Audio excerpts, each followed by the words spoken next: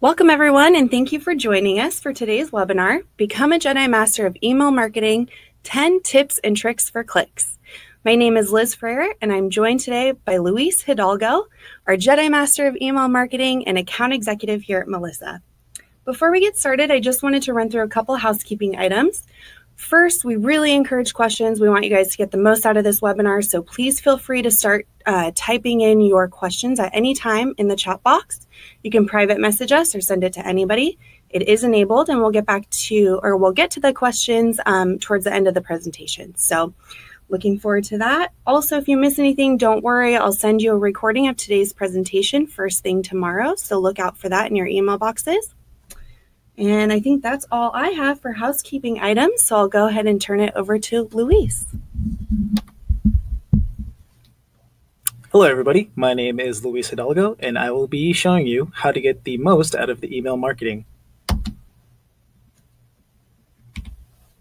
Oops. There we are. Also, I just want to let you guys know that we also do have a new website called Melissa Direct. This one is a little more directed towards all you marketers out there, as we do provide all our mailing list and also email lists that we will be talking about, as well as appending information to the said list on there. Today's agenda, Become a Jedi Master of Email Marketing. I'm going to show you how to get those 10 tips and tricks on how to become one with the Force. And with Force, I mean the data. Now, many people may be wondering, why email? With technology now, many people do communicate using email, and they do like receiving emails. Depending on the service that you provide, you'll be able to keep in touch with them very efficiently. Say you're working at the office, you have to use emails in order to check up on quotes or also just to chat with family members. Since email is also instant, it is going to go very quickly and be more efficient in communicating and keeping constant contact. Now, when you use emails also for a campaign, it can also lead to be cheaper than direct mailing. Not necessarily having to go through the post office for postage and also for a printer can help out in the costs. You are able to reach a wide audience as well, and it is easily shareable. People can easily forward your email to another interested party, and you'd be able to get more views. With email campaigns as well, you are able to keep track of opens and conversion rates, as well as who has gone to your website and who has opted out of the email. With emails too, since it is more instant, you are able to nurture relationships with a client over time. Being speedy on there or being more personal can be a big way to keep that client happy and to turn it into a lead. Now, with the deliverability, we're going to talk about how to get the best emails.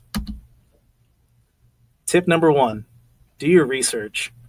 There are many data compilers out there, but not all of them are the same. So you really want to make sure that you do choose the right email list provider. There are companies out there that do scrub and verify their emails, but not everyone does that, so that can be something you would want to look into. Also make sure that just because you have a high quantity of emails doesn't exactly mean you're going to get the quality you're looking for. With this, it's almost saying pretty much that you are getting what you pay for, which is I am a firm believer in. So let's make sure that you do the research on that to make sure you get the most efficient and more emails on there that can be delivered successfully. You would also want to keep track of someone through their address and mobile phone. There are companies that can provide that information for you, which can be a bonus. Also, call in or just shoot an email yourself to that company so they can be upfront with you on deliverability rates and the counts and cost. The people that are talking should be able to give you a very efficient number of deliverability rates and what can be provided for you. Going on to tip number 2, you really want to dust off your old records. Now, with old mailing lists you may already have in your possession, you can append them with emails. In appending emails, you are able to get the freshest records available because it is also an opt-in process. In doing an opt-in process, you will know for sure that these emails will be the ones that will work for you, whether it be business emails or consumer emails. It also creates an opportunity to do omni-channel marketing. With omni-channel marketing, you will be able to mail to them as well as follow up with them in an email. And we'll get back to that a little bit later. Tip number 3, patience is a virtue. Now, all Jedi Masters know that good things do take time and you don't want to lose your cool. Capturing emails on your website is a very helpful tool as well. Let's say you have a newsletter or a demo that you want someone to try. In order to get to that, have them sign up with their email, so in that way you know for sure that they will be able to be contacted in the future if all goes well. You are also able to use social media in order to promote coupons or content links. With this, let's say someone is on Facebook and you are a retail company. You're able to show them that you have something for sale. They click on that and they can register on your website as well. Now, when most people usually sign up for something, they may be in a rush and do some typos. I know, I'm guilty of that as well, but what you can do is you can use real-time verification forms that can really knit out those typos and verify email boxes. This will turn all the bad emails into good ones for you. So that'll lead to a much better conversion rate for it. In this section, we're going to talk about enrichment and personalization of your emails. Now, tip number 4, it's time to get social. Social media has been a very big platform for many businesses to market with. Now, with the email lists, you can append social media handles on there, and all you really need is just the emails. So since you already have the emails in your possession, we'll be able to go in there and figure out if they have Facebook, Instagram, or Twitter. Those are the more popular ones, but in doing so, you'll be able to see and gauge your potential leads' interests. Now, let's say someone's on Instagram and they are a fashion blogger.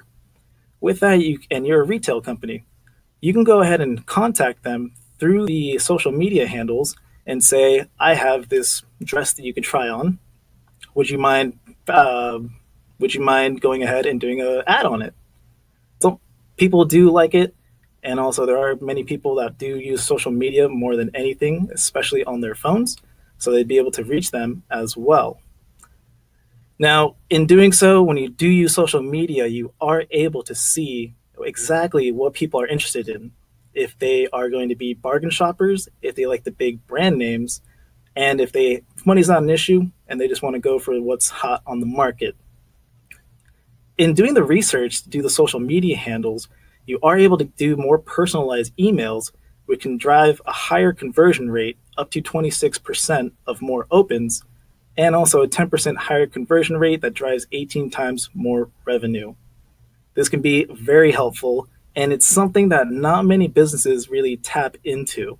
There are people that do have, say, Twitter accounts for their businesses, but they don't take the time to actually research their potential clientele. Now, on tip number 5, this is where we're going to talk about the demographics and firmographics for your emails. There are 2 big lists that people like to target with. One is the consumer email list, and the second one is the business email list.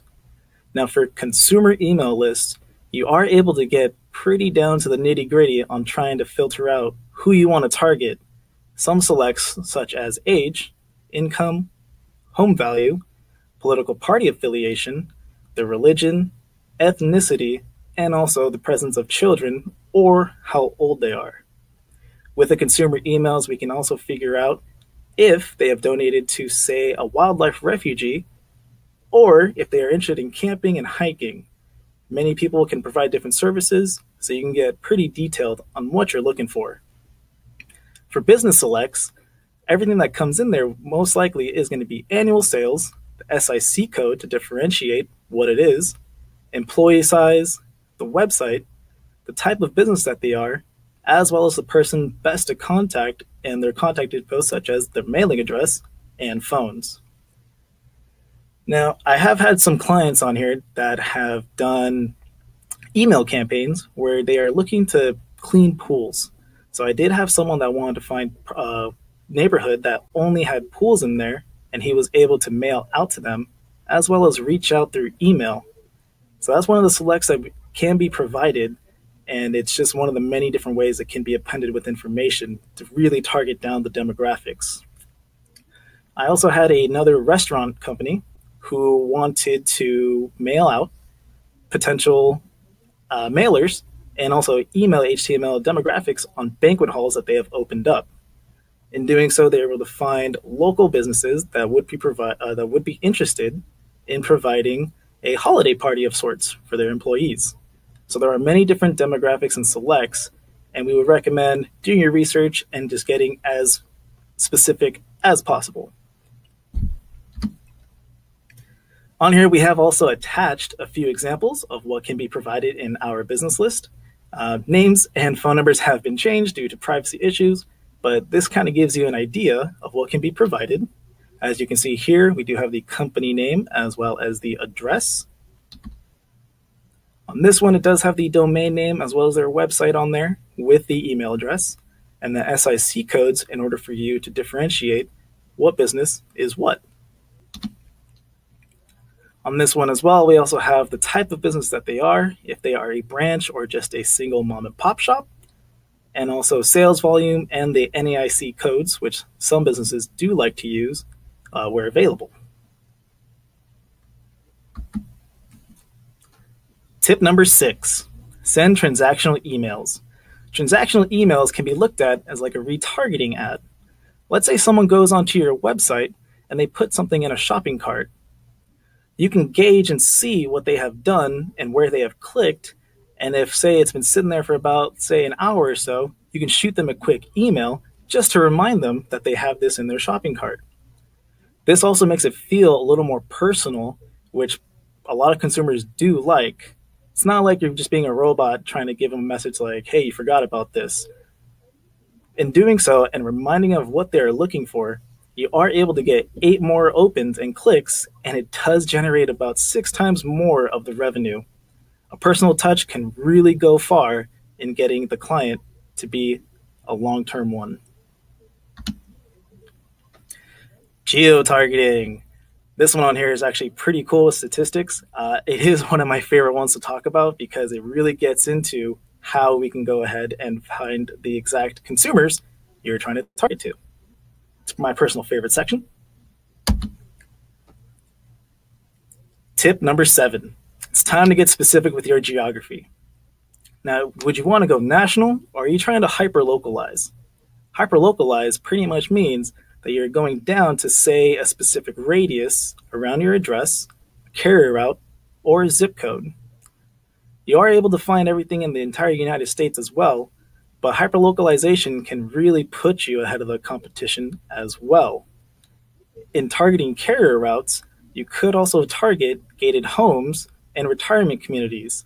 So if you're trying to market to a specific clientele, this really helps out in it. With the business list as well, if you're trying to find a business park or just a really tall building that has maybe 100 or so companies inside of it because you might be providing a meal service of some sort, you can find that as well. We've done these plenty of times for our clients. They have great return rates on these. As I said before, get specific with your criteria and then get specific with your geography. Doing the research really pays off and it really helps in the long run. Tip number 8, localize your emails. Now, going back to the carrier routes, let's say that you're trying to market to someone in Florida. Hurricane season is coming up, and you have to go ahead and tell them, I have these shutters for you that can be used in order to survive the hurricane. In doing the zip codes for coastal cities, you would be able to target them specifically and also help them out. Now, in doing so, you want to use a subject line that is related to that area. Also, customers' needs will change based on location. In doing that, if you're able to personalize it a little better and say the summertime pool cleaning service and the holiday time you're a snowplow person, go ahead and let them know about that. Localization pretty much means sending them the right message at the right time and place to the right consumer. This can really help out in really weeding out the potential targets that may not be interested. And also, if you had success in one zip code, a neighboring zip code may also yield better results. So it's always good to really check that out. You can think of it like EDDM, but for emails. Tip number 9, weeding out those uninterested Sith Lords. Now, with this, many email lists do actually come with a mailing address. With the mailing address, you wouldn't really want to send a mailer out yet, because you can go ahead and send them an email campaign in order to gauge the interest of your product or service. If you get good results from someone and you have that email in there, you'll be able to look up their mailing address and let them know that you are sending, let's say, a catalog or a newsletter to their residents. Sending out mailers to your most responsive leads can really cut cost, so you don't spend too much money on a direct mail campaign and really get a better rate of return and make it more personalized or get creative with those mailers. I know if I was getting a postcard and I wasn't interested, I really wouldn't want someone contacting me, but there have been times when I have said, like, say, Amazon. Amazon sends you packages, so what they do is that since in the email, they notify you right there that the package has been sent, and also they have the mailing address and deliver it right there. If you notify your parties that you are sending something their way, they will be more responsive and more attentive and be on the lookout for your mailer. Tip number 10, get interactive to drive that local business. Now, what I've seen a lot of people do now recently as well is that they're including maps inside of their emails. They could be a big chain, but what they do is they target the specific area with their nearest business location. This can really help drive foot traffic as well as the website traffic on there. Getting specific and helping them out really helps out in getting the right consumers to the right in your door.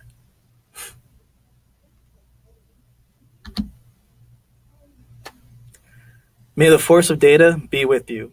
Just a quick recap on here. I'm just going to quickly go over the 10 points again. Number 1, do your research on the mailing list that you will provide and the email list to choose wisely. Append your emailing records. Take the time to build a solid database with a newsletter or a catalog. Get social. Social media, again, is underutilized many times, and this can really help out in getting the demographics and learning about the clientele. Get specific with your demographics and filters for your personalization and get the right people for your right service.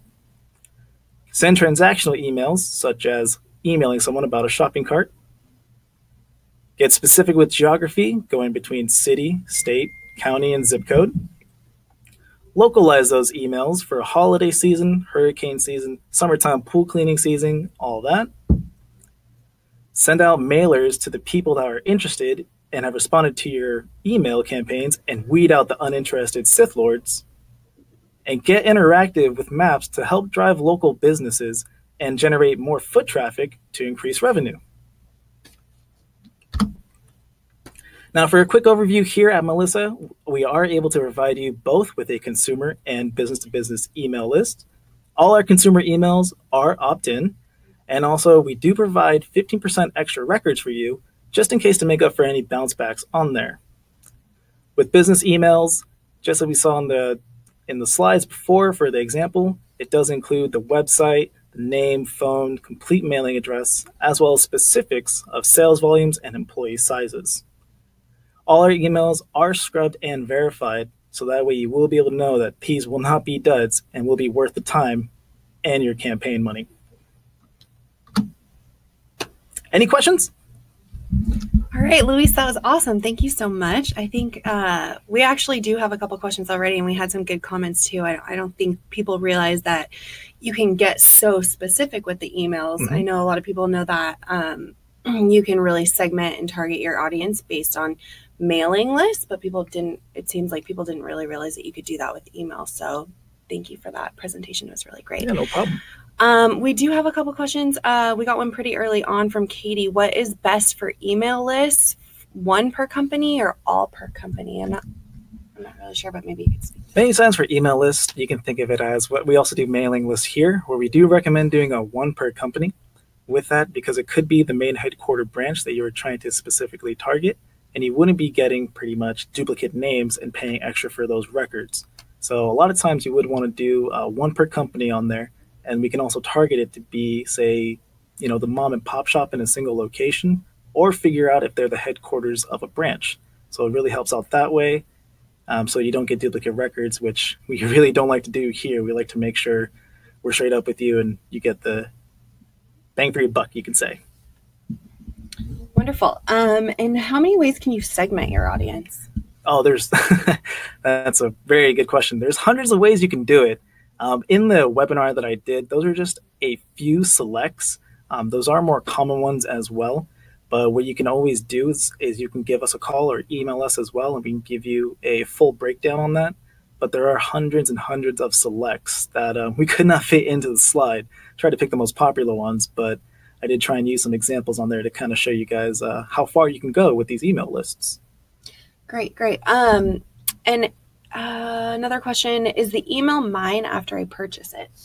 With the emails on there, when we first sell them out, it is going to be technically a rental, where with the rental, it is a 1-year unlimited use. But if someone were to contact you, then you can build your database and that email is yours right there. So if someone does get into touch with you, it's yours right there. Great.